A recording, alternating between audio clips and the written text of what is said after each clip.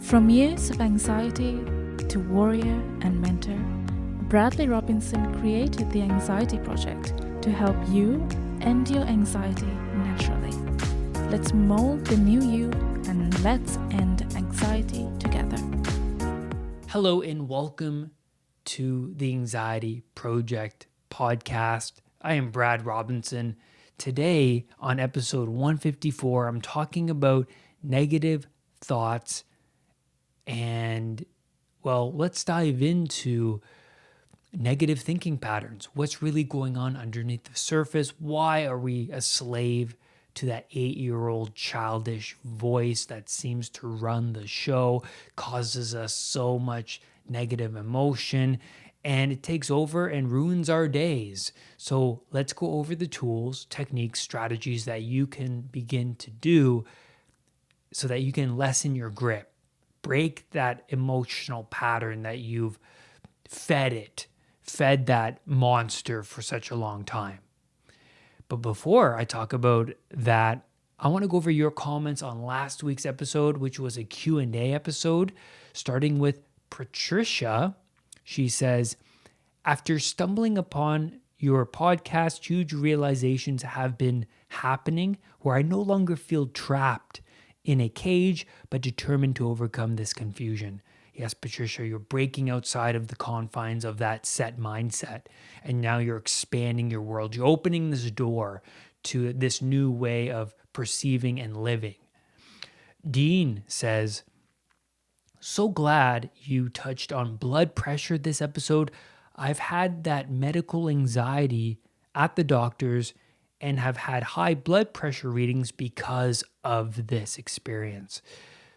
Very common, Dean. It happens all the time. It happened with me, and I see it sometimes with my clients as well. It's amazing that because you have that doctor's anxiety, that medical anxiety, you get that reading, and it can fuel your anxiety even more because of the negative reaction the nurse has. It's quite something.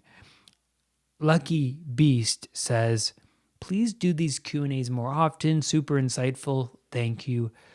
I am planning on doing live Q&As, whether it's on Instagram or I think most likely on YouTube.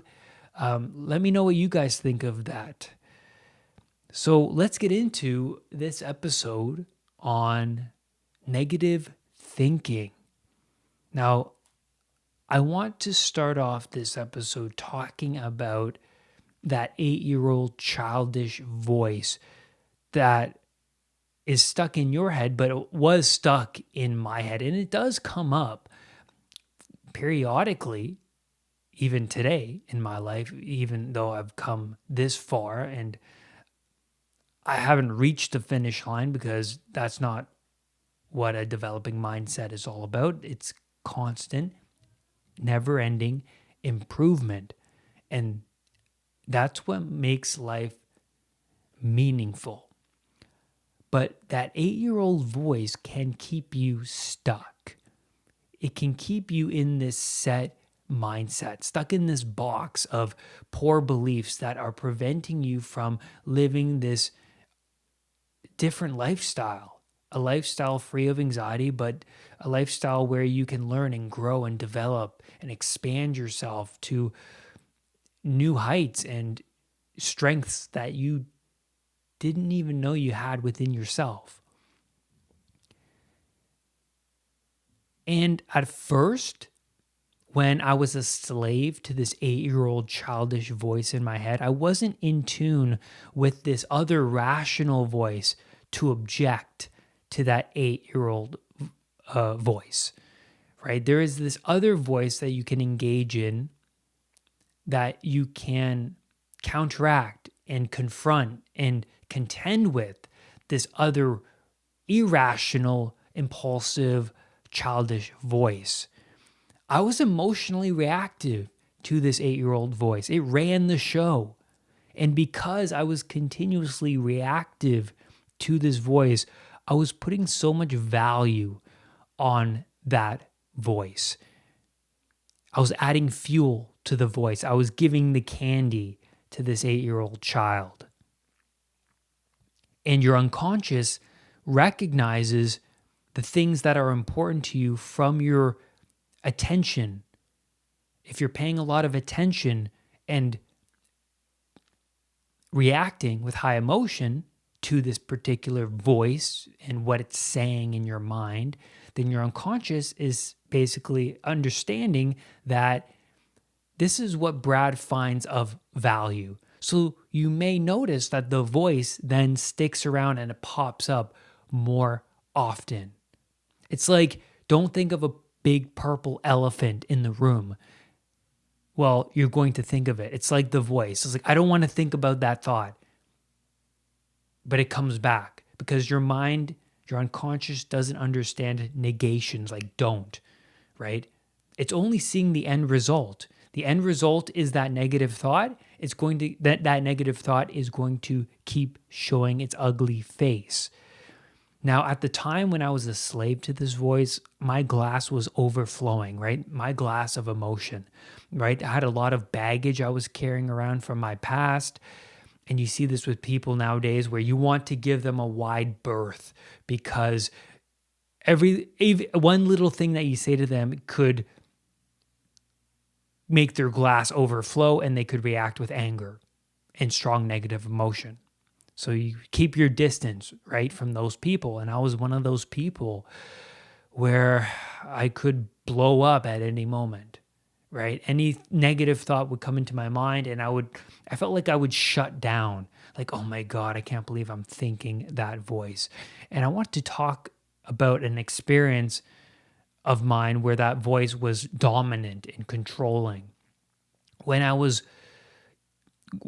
going through my anxiety disorder, I remember going out on a walk with my parents around the neighborhood. And on this walk, the voice of, what if my parents die? What if they get this disease and they die? And I was thinking about these thoughts of death in regards to my parents. And I thought I was a bad person because I was having these thoughts. I was looking internally to why I was thinking that. And I reacted, oh my God, yeah, that's a huge fear. What if they die? I'll be all alone because I'm dependent on my parents for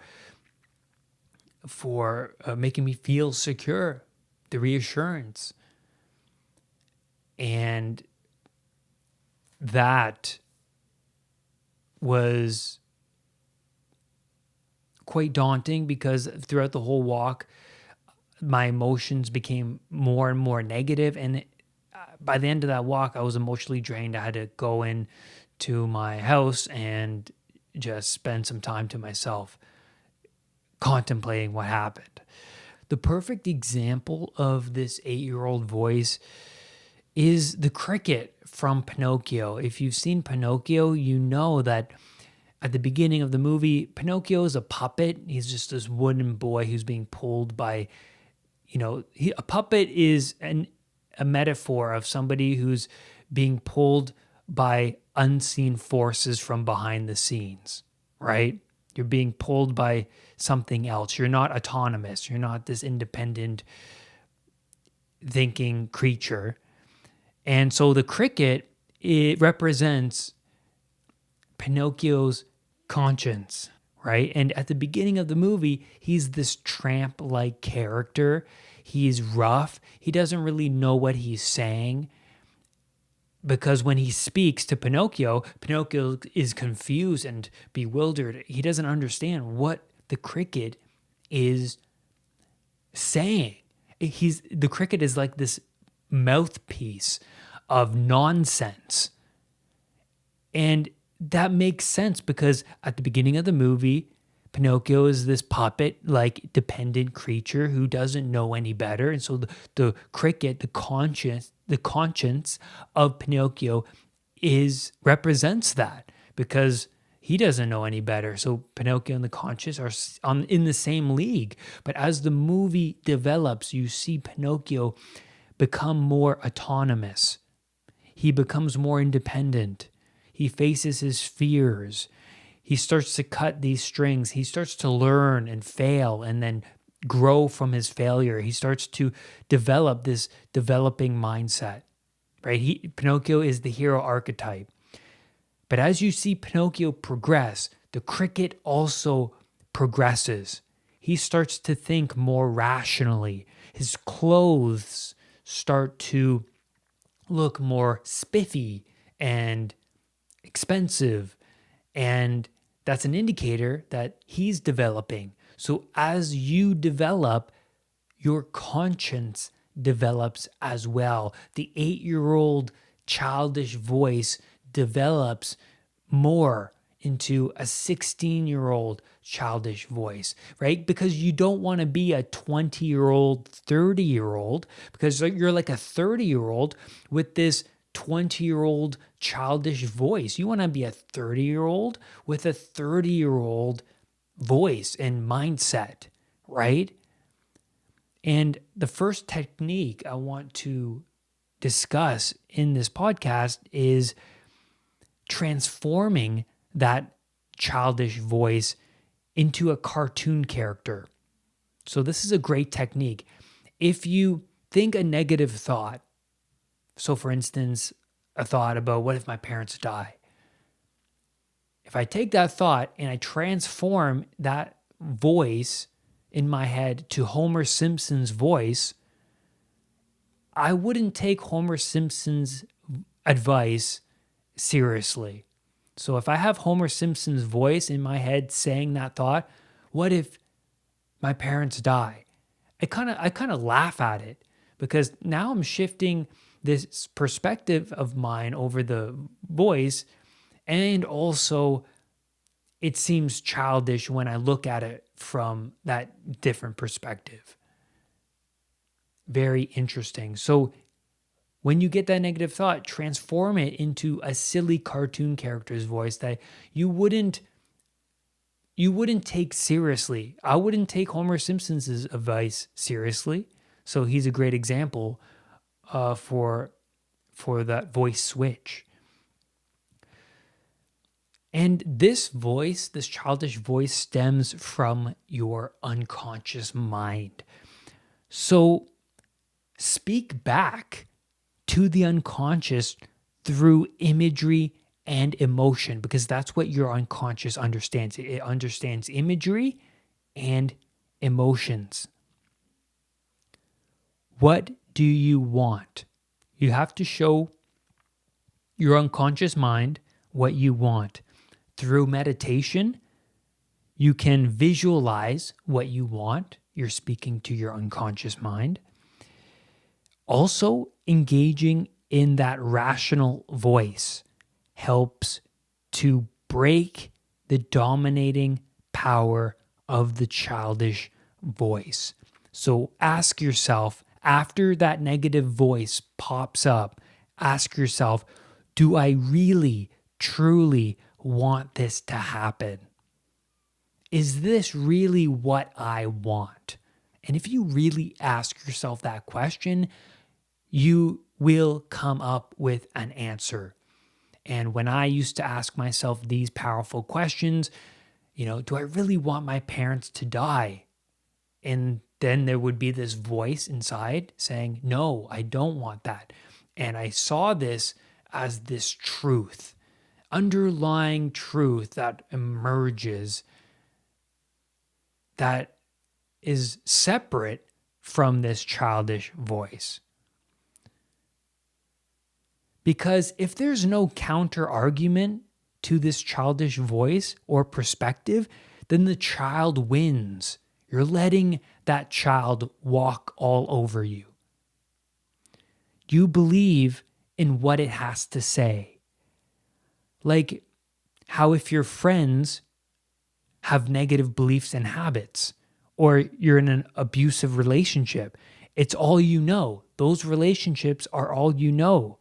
And that's what's been familiar to you. But once you break the pattern and begin to shift perspectives, then there's another world, a better world that could be. But you have to break outside your current box. And what does that childish voice know, right? It's underdeveloped. It's like the dumb cricket at the beginning of the Pinocchio movie. What does that thing know? It doesn't know anything. It sounds stupid. It's speaking and spouting ideological nonsense. He's underdeveloped. Assume that you are dumb, underdeveloped, and you need to learn. That's the mindset I started to develop when I began my recovery. I still view myself as somebody who needs to learn because I'm growing. I'm always growing. I always have something to learn. As Pinocchio grows in his character, the cricket grows alongside Pinocchio. Because if you remember the movie, by the end of the movie, Pinocchio becomes this independent being. He becomes a real boy. And the cricket is rewarded this gold star from the fairy godmother, right, at the same time. So that's interesting. That's the developing mindset. Someone who perceives themselves as the expanding creature who can change. Now, I also want to touch upon the shadow. Carl Jung, the psychologist, coined this term, the shadow, the dark place where you could end up, the hell that you can end up, because each person on this planet has a part of themselves that stem all the way, that reach all the way down to hell. We can end up there if we neglect our health, if we remain a slave to that inner child. And you can get to that hell if you keep on entertaining the resentful and bitter thoughts that arise in your mind. And if you do this long enough, you begin to despise yourself and the world. So where are you keeping your sights? Where is your aim? Because it's necessary for you to keep that aim in your mind as you progress through life to get to that better place, to be more higher self-oriented. That's the developing mind, knowing that there is this place that is ideal. And you see this with your mentors as well. Things could be better if I continue to push myself in this direction. That's the mindset of the mentors I hope that you're following. Because having a mentor you relate to and who have gotten to a better place in their life, they help keep you on this track. And that's the value I get from my mentors. Like if I didn't have my mentors right now, I could easily steer myself off course and remain off course because I'm not continuously reminding myself from these mentors or learning from them. Because ironically, my mentors are continuously learning from their mentors, right? And their mentors are continuously learning and so on. And you see in the Cain and Abel story, the consequences of brooding and entertaining negative thoughts. And that's the amazing, and that's the power of the Cain and Abel story. Because Cain, he kills his ideal and he suffers the consequence. He tells God, the consequences are more than I can bear. And why is that? Because if I kill my ideals, where is my aim? I'm killing the image of my higher self, essentially, because my mentors and my ideals represent my higher self. I can't imagine my world without having my mentors around. I can't imagine. And without Maggie, she's a great influence on me and a mentor as well, because she helps me orient myself to the higher good. She helps me understand when I'm wrong, and she notifies me, hey, Brad, what you said, I don't agree with, or what you're doing, I don't agree with. And she helps me orient myself as well. Now, I want to talk about this surrender technique that I learned from David Hawkins, but actually I started practicing this surrendering technique before, when I was lying in bed suffering from my anxiety disorder. I remember I couldn't sleep and I had a hard time settling my mind on all those negative thoughts. And then I remember thinking, you know what, I'm just going to surrender to it, because I keep attaching myself to these thoughts that are making me stay awake. I want to surrender. I just want to feel my body. Whatever happens, happens. If this anxiety kills me, let it kill me. If this perceived disease is going to kill me, let it kill me. And so I kind of surrendered. I did actually. I didn't kind of surrendered. I surrendered to it while I laid in bed. I started focusing on my breathing. I just let go. I let everything that was underneath the surface come up, and then it dissipated, and then I eventually fell into sleep. Now, I want to go into detail, because that's not enough detail for you guys to practice. I want to dive more deeper into the letting go technique. And so I want to read you a passage from David R. Hawkins' book, Letting Go, and he describes the letting go technique beautifully. He says, letting go involves being aware of a feeling, letting it come up, staying with it, and letting it run its course without wanting to make it different or do anything about it. It means simply to let the feeling be there and to focus on letting out the energy behind it. The first step is to allow yourself to have the feeling without resisting it, venting it, fearing it, condemning it, or moralizing about it. It means to drop the judgment and to see that it is just a feeling. The technique is to be with the feeling and surrender all efforts to modify it in any way. Let go of wanting to resist the feeling. It is resistance that keeps the feeling going. When you give up resisting or trying to modify the feeling, it will shift to the next feeling and be accompanied by a lighter sensation. A feeling that is not resisted will disappear as the energy behind it dissipates. As you begin to process, you will notice that you have fear and guilt over having feelings. There will be resistance to feelings in general. To let feelings come up, it is easier to let go of the reaction to having the feelings in the first place. A fear of fear itself is a prime example of this. Let go of the fear or guilt that you have about the feeling first, and then get into the feeling itself.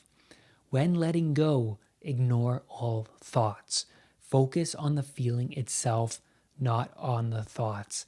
Thoughts are endless and self-reinforcing, and they only breed more thoughts. Thoughts are merely rationalizations of the mind to try and explain the presence of the feeling. The real reason for the feeling is the accumulated pressure behind the feeling that is forcing it to come up in the moment. The thoughts of external events are only an excuse made up by the mind. As we become more familiar with letting go, it will be noticed that all negative feelings are associated with our basic fear related to survival, and that all feelings are merely survival programs that the mind believes are necessary. The letting go technique undoes the programs progressively. Through that process, the underlying motive behind the feelings becomes more and more apparent. To be surrendered means to have no strong emotion about a thing. It's okay if it happens. and it's okay if it doesn't. When we are free, there is a letting go of attachments. We can enjoy a thing, but we don't need it for our happiness. There is a progressive diminishing of dependence on anything or anyone outside of ourselves. These principles are in accord with the basic teaching of the Buddha to avoid attachment to worldly phenomena, as well as the basic teaching of Jesus Christ to be in the world but not of it. Sometimes we surrender a feeling and we notice that it returns or continues. This is because there is more of it yet to be surrendered. We have stuffed these feelings all of our lives, and there can be a lot of energy pushed down that needs to come up and be acknowledged. When surrender occurs, there is an immediate lighter, happier feeling, almost like a high. By continuously letting go, it is possible to stay in that state of freedom.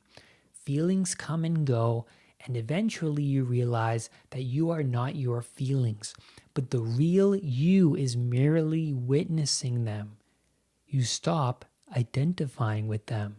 The you that is observing and is aware of what is happening always stays the same. As you become more and more aware of the changeless witness within, you begin to identify with that level of consciousness. You become progressively, primarily the witness rather than the experiencer of the phenomena. You get closer and closer to the real self and begin to see that you had been duped by your feelings all along. And that's where I'm going to leave you on today's podcast episode. Thank you so much for being here. Thank you for your comments. If you want a structured, step-by-step approach to overcome anxiety naturally, the Anxiety Project program is available at unpluganxiety.com. It helps add that structure. I include a journal in the program that has helped me overcome anxiety, and I designed it and improved on it to help you guys overcome your anxiety. I will see you on the next podcast or video. Bye for now. Brad's Powerful Anxiety Recovery Program is now available at unpluganxiety.com. The Anxiety Project program is downloadable and puts the power of anxiety recovery in your own hands. Visit unpluganxiety.com